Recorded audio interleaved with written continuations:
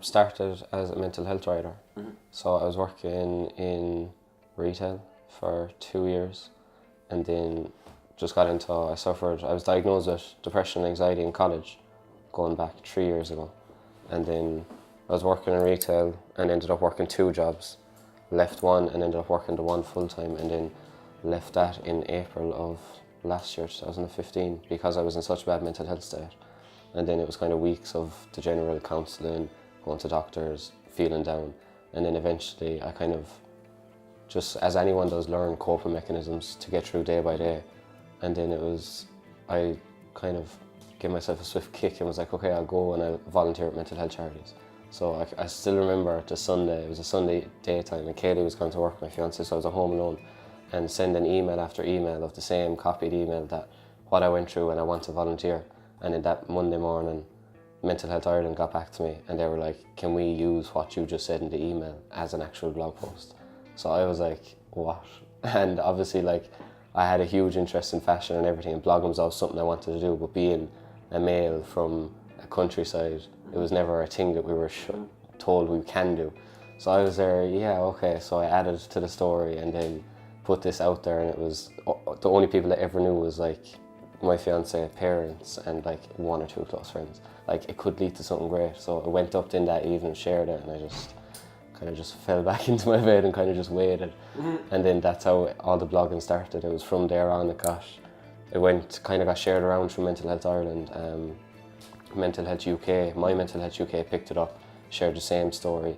Then A Lust for Life, which is Brezi's website, wanted to share it. The Irish Sun wanted to do an article with me on how my tattoos helped me stop self-harming. Spun Out did it, reachout.com did it, and asked me come and help them out as part of their youth network at events. And then eventually seechange.ie did it and asked me to come on board as ambassador. And at the start it was so, like, I was getting, not to brag, but like getting messages from people saying, Joe, you helped so much with your story. And obviously, like, it was brilliant, but at the same time I was kind of kicking myself, because I'm like, I'm here and sharing my story and it's doing good, but I'm still going home at night getting upset. And I'm still self-conscious, I'm still getting a bout of depression and crying in bed. And people think I'm just doing this great work, and I'm trying my best, but it's not always going to be them good days. So I kind of switched my style of writing from, I never wanted to go in a direction that like, oh yeah, I had this and now I'm doing this. It's always, I had this, I still have it, and I'm still working on it. So then after I did a few articles, a friend got onto me that was opening up this company in the UK, and it was a menswear fashion company. And he was like, Joe, I love your Instagram, I can see you're into fashion. Would you come on board as a fashion blogger? And I was like, of course, screaming like, yeah, but then I was like, can I do this? So eventually, after talking with family, and after like 3 days, I was like, fuck it, let's do it. So I did it from home. They were based in London, but I did it from home. And yeah, I was their official fashion blogger before I started my own blog. Being a male, like, people constantly question, like, because being a male in this kind of an industry, like, your sexuality, your education, like, is he gay because he likes fashion? Is he uneducated because all he can do is sit behind his computer? So it's constantly building down those perceptions. So I think it was I only ever got, like, I'd say my first, like, proper hit of confidence when I started all this. Before that, like, I was ridiculously shy. I think it was just being self-conscious as a man was kind of like taboo in a way.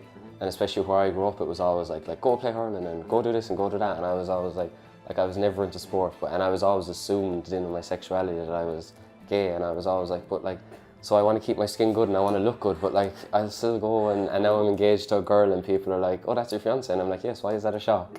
And like that then because, like, yeah, I will put concealer on to cover up spots, because first of all, there is men's brands makeup. If not, why can't a women's brand? If a woman has the same colour skin as me, yeah, I'll use the concealer. Yes, I borrowed makeup off my girlfriend for a photo shoot because I need to look good, because that's the thing you have to do as a blogger, is make stuff be presentable.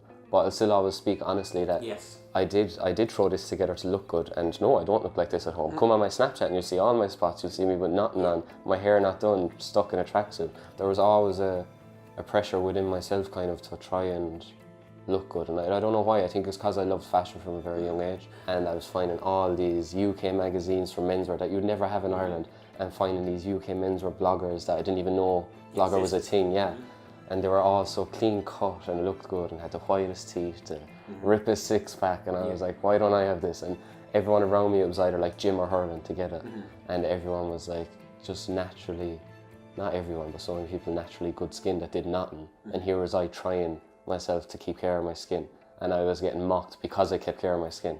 Like, why would you go, like, you're an 18-year-old boy, why are you going to a pharmacy buying stuff?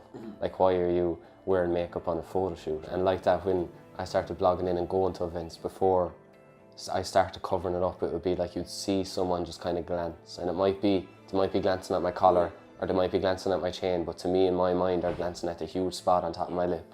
And I'm like, oh my God. And that's when it went to the stage, even only a few months ago, where I started covering up with concealer, going to events, and obviously on photo shoots it would be very light makeup, just enough to cover the spots. And if not, it would be hours of editing, like the simplest things, taking an Instagram picture, like the amount of editing I put into it just to try and look good. And I'll admit it, like, I'll never hide, like, I wouldn't do over-saturated editing, but people can see, no, I don't look like that. Like, no, I don't look like that when I step out of bed. Like, this picture was obviously done, I had my ring light set up, I had my big camera, I had all my settings, I had my backdrop. Yes, I did my hair and I covered up with some concealer. If not, I did edit out my spots, but that's just where I feel comfortable. I'm just comfortable enough in my masculinity or sexuality or anything to admit. Yes, I might wear makeup on a shoot. I might like to do my hair. I might spend hours shopping, and yeah, me going shopping with my fiance is something that I love to do. And men can say, oh, you don't like going shopping, or you don't know what size you are. Get a grip, like.